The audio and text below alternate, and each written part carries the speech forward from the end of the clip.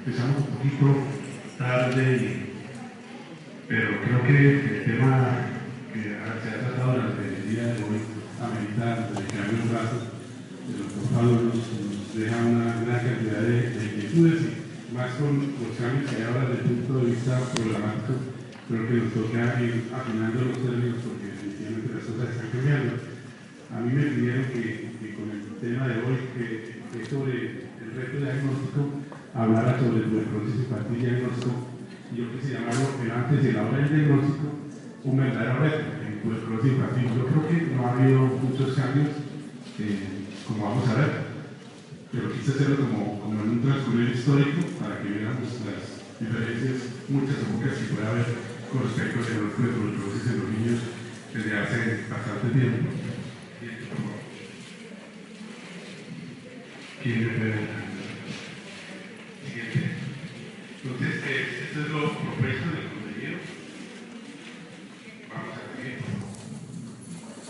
Y yo siempre empiezo por esta frase del doctor Restrepo Molina. Ustedes ya la saben, los que me han oído durante muchos años hablando de tuberculosis infantil. Y es de mi profesor Restrepo Molina de Bogotá, que nos decía que vean, muchachos, la tuberculosis es como una nueva clase que nos escribía de base. Un poquito machista, pero nos dejaba la inquietud de que si no pensábamos en ella, nunca veíamos que buscar. Y el niño, como vamos a ver, es mucho más complicado. Y hay varias frases en lo que se refiere al diagnóstico. Como la tuberculosis es mucho más que un solo vacío, nosotros en pediatría, como ustedes saben, son vacilares, la mayoría de los pacientes, tenemos muchos casos en los que no logramos ayudar al paciente, entonces nos toca sumar criterios y con ellos logramos acercarnos a un diagnóstico más preciso. Lo otro es que me gusta mucho esta frase, la dijo se lo había aquí el doctor César Bonilla, quien fue el coordinador del programa de tuberculosis del Perú por muchos años, es pediatra, por cierto, y él nos dijo aquí en Caravaggio, en este auditorio, que la tuberculosis es una enfermedad que tiene muchos rostros. La tuberculosis puede darse en cualquier sitio, le puede dar a cualquier persona, incluso cuando uno se pone a leer sobre historia, el arte, la música, que la llamaban la enfermedad romántica. A mí me gusta mucho la expresión de la doctora Rosalía Castro, de la poeta y escritora española Rosalía Castro, que decía que quién carajos cree y dijo que una enfermedad romántica en la que uno vivía muriendo su enfermedad era romántica. Entonces yo creo que eso no tiene nada de romántico, pero sí nos da muchos dolores de cabeza, y sobre eso sí quiero discutir un poquito en pediatría. Y miren que el problema del vacío viene desde hace mucho tiempo. A propósito, el 24 de marzo de 1882, Robert Koch fue quien nos dio pie a que se realice el 24 de marzo la conmemoración del Día Mundial de la Lucha contra la Tuberculosis, porque fue ahí ante la Sociedad Fisiológica de Berlín en donde él describió al vacío de tuberculosis, con esa frase que fue premonitoria de su época. Hasta el momento seguimos teniendo el problema del vacío que nos sigue haciendo mucho daño. Yo no voy a hablar ya mucho de epidemiología, la tuberculosis pleural, la benigna y la ganglionar este año en adultos, y pues en niños pueden llevar la misma tendencia de acuerdo con el caso que siguiente. Entonces, referente al diagnóstico, esta diapositiva que tiene alguna bibliografía que es viejita, pero a mí me gusta mostrarla porque hay cosas que siguen siendo clásicas a pesar de que sean viejas. Y yo siempre les digo a mis estudiantes que a veces es mejor estar en la penúltima moda y no en la última moda, porque con la penúltima moda, pues uno ya sabe que si le queda mal el traje, pues es culpa de uno que no quiera cambiar de moda. Pero con la última moda que se pone el traje, uno dice, uy, sí, es muy valiente ponerse eso que salió ahora de moda, ¿no? Entonces, a mí me gusta lo viejito, y el viejito dice que la tuberculosis infantil tradicionalmente se diagnostica sumando criterios. Pues es muy fácil cuando uno tiene criterio bacteriológico y criterio histopatológico o criterio histopatológico positivo. Pero cuando uno tiene un paciente con el que uno sospecha tuberculosis, porque tiene tos, pues eso puede ser un paciente asmático, o un síndrome rinocilobronquial, o un niño con una inmunodeficiencia diferente al VIH. Y si uno tiene una radiología que tiene una consolidación, puede ser una neumonía que tiene la comunidad por cualquier hernia, pero también puede ser una consolidación por una cualquier tuberculosis. es uno de los tantos criterios que suma para criterios tuberculínicos. El criterio bacteriológico, como ya lo decía, el criterio histopatológico, pero serían importantes y de por sí ya nos dan el diagnóstico. El epidemiológico para nosotros es supremamente importante. Se nos olvida, y lamentablemente a veces pasa, que cuando hacemos diagnóstico de tuberculosis en un niño, no buscamos el caso frente, que generalmente es un adulto que ha estado en contacto con el niño. Y esto se ha analizado de forma coherente, de forma sistemática, para hacer el diagnóstico. Han salido hoy, entonces tuvimos también aquí al otro día, un pediatra neumólogo que trabaja en un cuando vino aquí hablando en portuñol, y él es el director del programa de tuberculosis el control del programa de tuberculosis en pediatría en Brasil, y él sacó un índice que simplemente es como tratar de dar una forma más sistemática, dando puntuación o scores, como quieren decir, y sumando criterios para decir que un niño puede no tener tuberculosis. Por ejemplo, dice que hay un cuadro clínico de síntomas en piel, como fiebre, y adicionalmente ese hombre le daría 10 puntos. Y así sucesivamente uno mira y de acuerdo a una suma de puntos, la siguiente, por favor, da entonces la siguiente interpretación. Si es mayor o igual a 40 puntos, tuberculosis, dice es mucho probable, en portugués, esta me la facilitó él cuando vino aquí a Bucaramanga, esta diapositiva, no la hemos pasado a español. De 30 a 35 puntos, posible tuberculosis, e inferior o igual a 25 puntos, tuberculosis poco probable. Entonces, él lo que trata de hacer con ese puntaje es ser un poco más objetivo. Sin embargo, nosotros lo que hacemos es sumar criterios y sin dar puntuación, que es el método tradicional. La siguiente. Y entonces vamos a desglosar cada uno de los criterios para que no se nos olvide. Tal vez ustedes ya lo saben, pero es que se nos olvida. Y del mismo autor, publicado en la revista peruana de pediatría, aparece la definición de criterio epidemiológico. Y dice que debe valorarse el contacto con personas portadoras de tuberculosis que conviven con niños, pero es importante la convivencia más constante y no el contacto esporádico. Sin embargo, dice que conviviendo incluso hasta los últimos 4 o 5 años con una persona que tuvo tuberculosis. Es decir, que el antecedente puede venir de bien atrás, porque ustedes saben que los niños pueden desarrollar tuberculosis latente y por alguna condición física de contacto con tuberculosis se indague sobre tosedores crónicos con los cuales el niño tenga haber tenido contacto. Y si a esos tosedores crónicos no se les ha hecho estudio, vale la pena hacer exámenes punto y buscar el bacilo ácido resistente, sobre todo en los que son sintomáticos respiratorios, y también hacer radiografía todas en niños que son sintomáticos respiratorios que conviven con el paciente sospechoso, porque los niños que producen bacilos, así sean pocos bacilos, también pueden infectar. Se nos olvida eso, porque a veces dicen, no, este niño no necesita aislamiento, porque no son paucivacinales, entonces, ¿para qué los hacemos aislamiento? Hay que hacerlo. Siguiente. Esto es un ejemplo de criterio clínico. Entonces estamos en un criterio que es el epidemiológico, ¿cierto? Ahora vamos a hablar de clínico. Es una pacientica de hace años que vimos aquí en el Hospital Universitario de Santander, y no es que esté cachetona, es que está desnutrida severa. ¿Sí?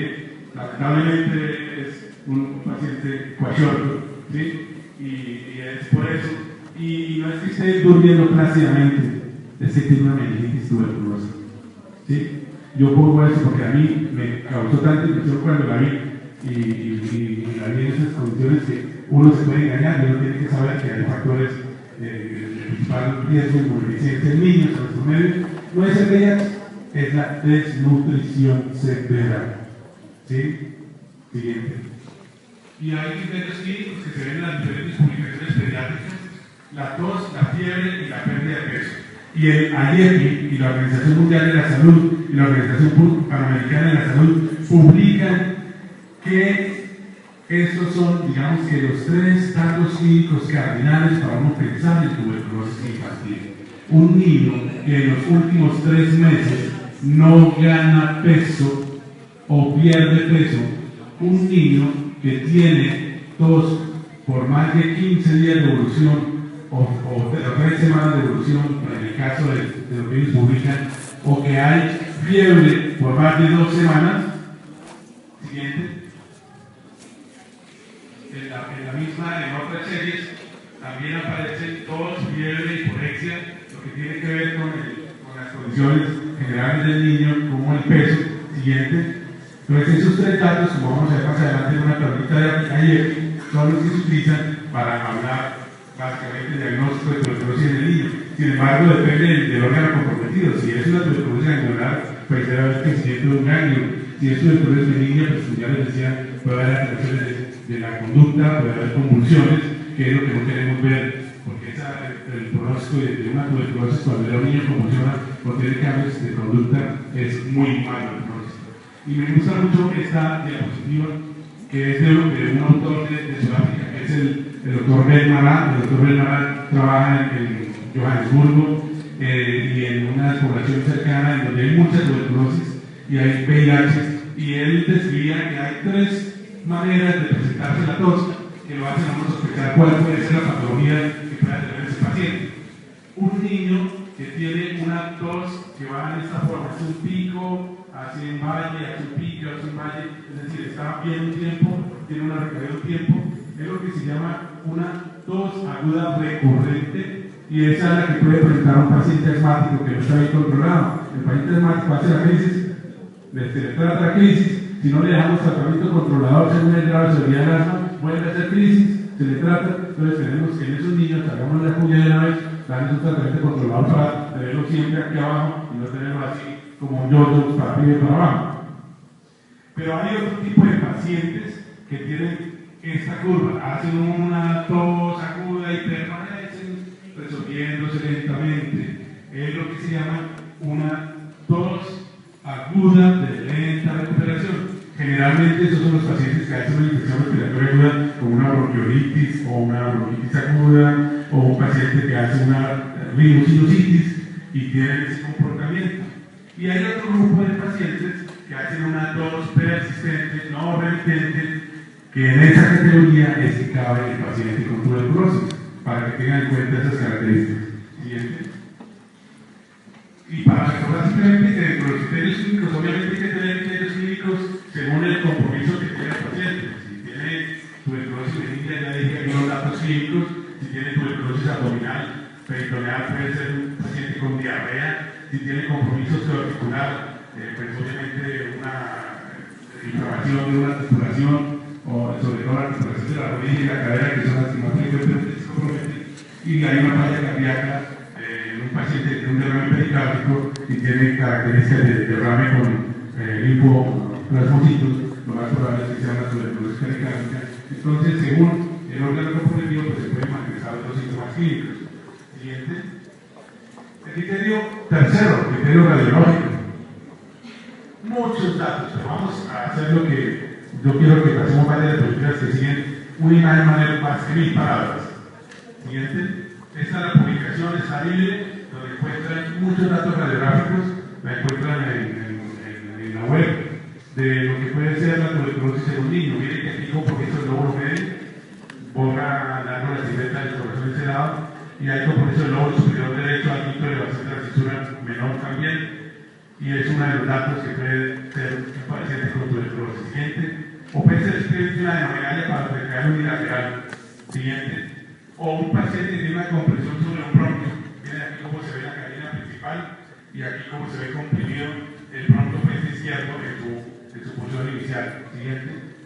O puede ser un paciente que tiene compresión, en este caso también sobre el bronquio frente izquierdo, pero la compresión es tal que produce una hiperinsuflación porque se produce como un fenómeno valvulado, es decir, el aire entra pero no sale y se está inflando el pulmón izquierdo y está haciendo efecto de masa, comprimiendo las estructuras cardioespinales y desviándolas hacia el lado contralateral por una anomalaria posiblemente que está comprimiendo el propio puente izquierdo, y eso es un dato de tuberculosis, hiperinsuflación.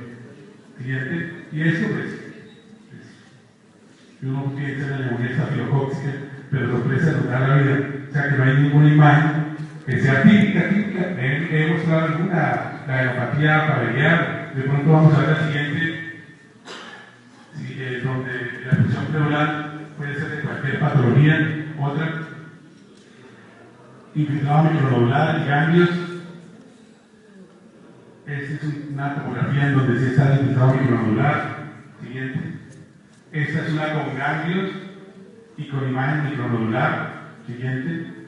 Una granuloma tuberculoso que se ve aquí. Y esa es la radiografía de tórax de la niña que les mostré con meningitis tuberculosa. Siguiente. Síndrome del lóbulo medio. Tuberculosis. Siguiente. Neumonía y atelectasia. Tuberculosis. Todos son casos nuestros.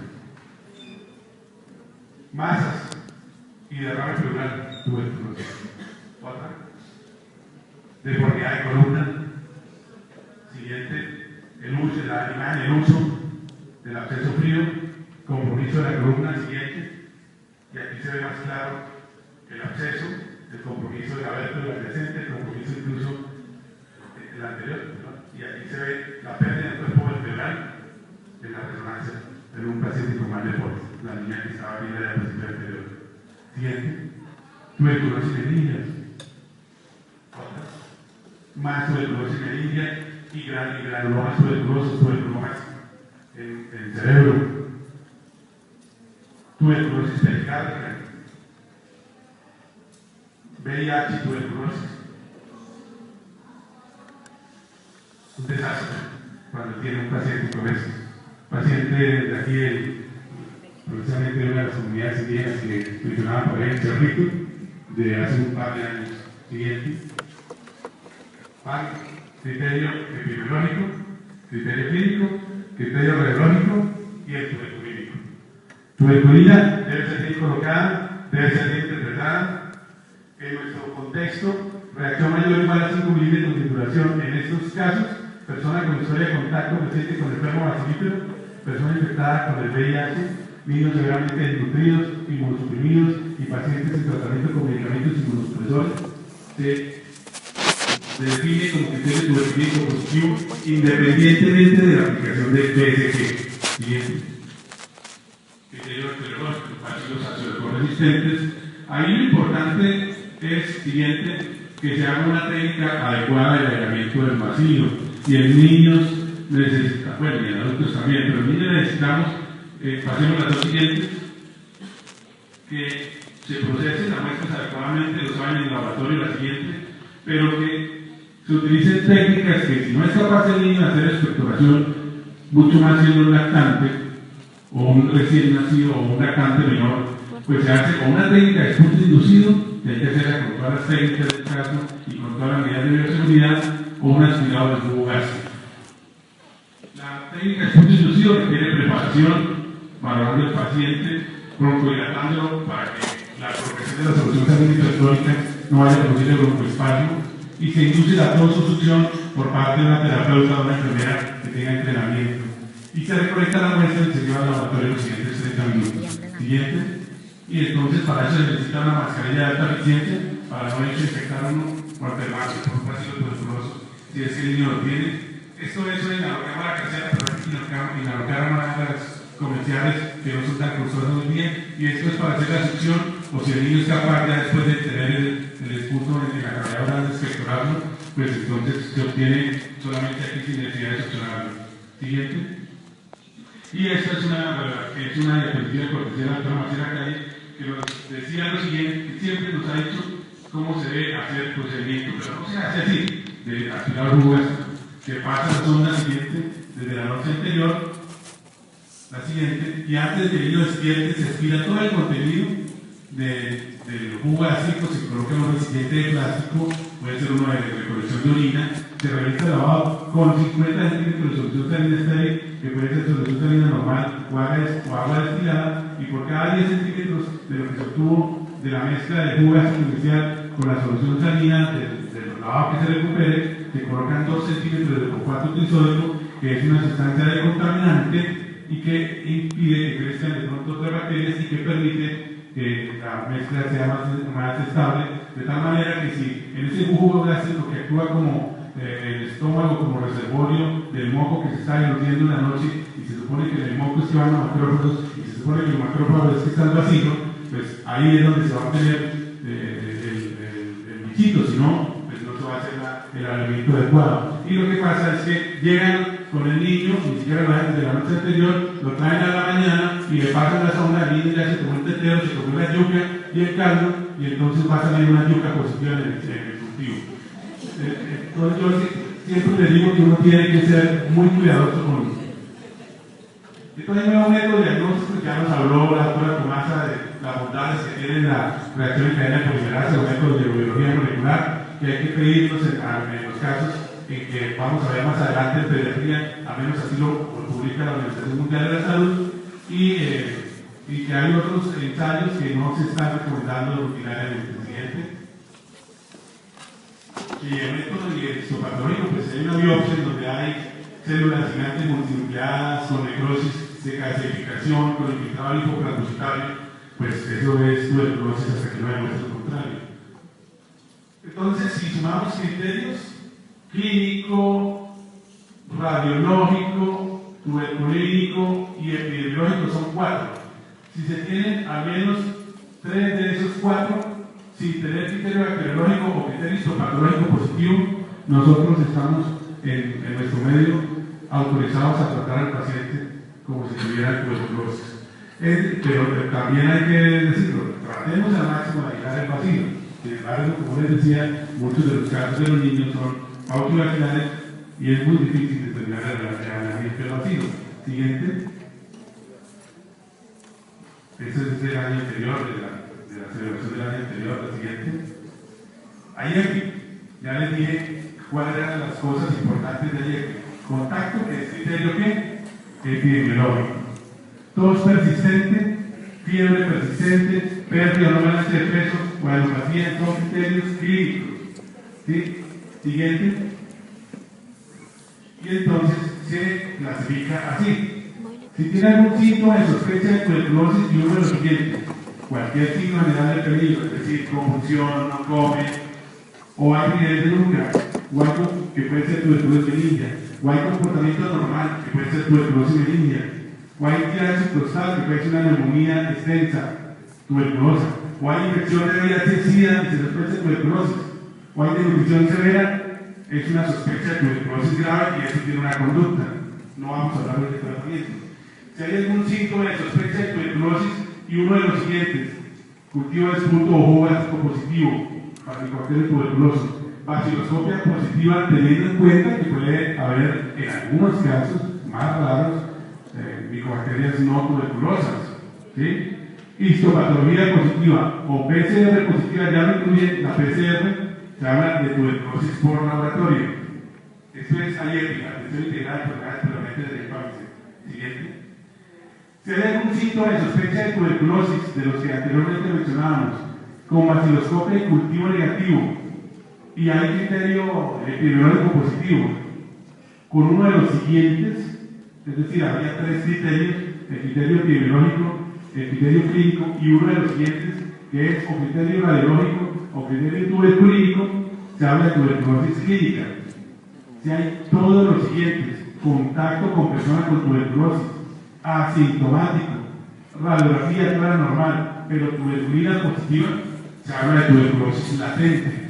Y si hay todos los siguientes, contacto con personas con tuberculosis, asintomático, radiografía clara normal y PPD negativa, se habla de contacto con tuberculosis. Miren las actividades de ayer. Si miramos programáticamente todo lo que hemos recogido anteriormente y si miramos lo tradicional, pues aquí nos están incluyendo qué hacer en cada uno de los casos.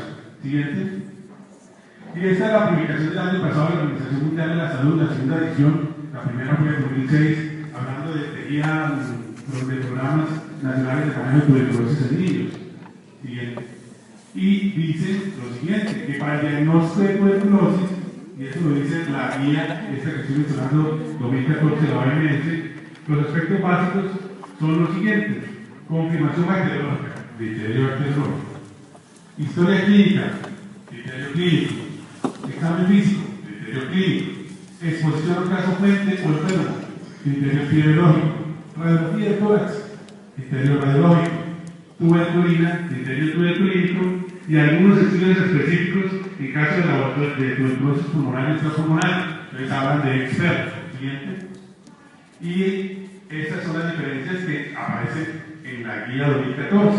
Dice, el uso del nuevo método de diagnósticos en niños, como el expert MSF para hacer el diagnóstico de resistencia a rifampicina, se debe emplear en primera línea. Se amplia como recomendación. Aparecen 28 recomendaciones en esta 28, 29, por favor, tal vez 28, en donde dice sospecha de tuberculosis multilóbulo resistente, en tuberculosis con VIH o en tuberculosis benigna de primera línea, incluso por encima de cultivo y de cualquier otro método. Pero yo le hacía la pregunta a la doctora Tomás ayer y ella nos dejó claro en la exposición que de todos modos hay que hacerle vaciloscopio y cultivo a pesar de que se tengan estos nuevos métodos. En tuberculosis, la llamamos entre comillas estándar, pero digamos en tuberculosis que no cumple ninguno de estos criterios. Y en tuberculosis extrapulmonar se puede considerar este método, pero no es el que se debe tener como de primera línea, como estos tres que se han resaltado. Lo otro que resalta es el uso de los derivados de interferón gamma, los IGRAS, en el diagnóstico de infección tuberculosa básicamente, o de enfermedad. Para enfermedad es un criterio. Para infección tiene más o menos la misma portada que la tuberculina, con algunas ventajas, pero todavía no se recomienda reemplazar la tuberculina con los IGRAS. Nuevas dosis, también se habla de investigación de contactos y profilaxis en niños con VIH y se sugiere una serie de estudios especiales para esta población. No hablo de las otras cosas porque hoy día no vamos a hablar en esta conferencia de tratamiento, sino de diagnóstico. Siguiente. Y esto ya el doctor Padul lo dijo ampliamente, entonces no, el 007, el James Bond del doctor Padul, donde nos definió muy bien y claramente la exposición magistral que nos hizo anteriormente. Pasemos las siguientes. Doctor Padul, pasemos de esas rápido, porque ya lo mencionó claramente. Siguiente. Sí, siguiente. Esta fue la conmemoración de nuestro grupo de estudio de tuberculosis del año pasado. Siguiente. Entonces, si uno se pone a mirar bibliografía, cuáles son los retos que hay para el diagnóstico de tuberculosis en niños, todavía puede hacer un diagnóstico clínico, pero eso está mejorando. Los métodos de diagnóstico limitados en niños, pero con la biología molecular, yo creo que también va a mejorar significativamente. El test de susceptibilidad menos sensible en niños, pero eso también, con estos nuevos métodos, también está mejorando. Siguiente. Y miren que en las nuevas guías y recomendaciones sobre TB pediátrica aparecen la utilidad de los testos de interferón gamma versus tuberculina, pero ya les dije que no se recomendaba todavía reemplazarlo. El uso de la reacción en cadena de polimerasa en tiempo real en niños con clínica de tuberculosis, pero bacteriología negativa puede ser interesante. La necesidad de estudiar resistencia en niños cuando hay cultivos positivos, eso siempre se ha dicho, pero a veces como que no se entiende y no se hace. Nuevas recomendaciones para el estudio de tuberculosis en niños que tienen VIH, eso tiene mucho que ver en el laboratorio también. Siguiente. Y el verdadero reto es evitar que los niños lleguen a esto. Siguiente. Y esa es la biografía de ese niño. Lo vimos hace 2 años en una de las clínicas de la ciudad. Siguiente. Entonces, tal vez así podamos quitarle la razón a Tomás Dorfman, que tiene su obra La Muerte Blanca, una historia de tuberculosis público, los interpretos. La tuberculosis ha sido llamada la perfecta expresión de nuestra imperfecta civilización. Muchas gracias.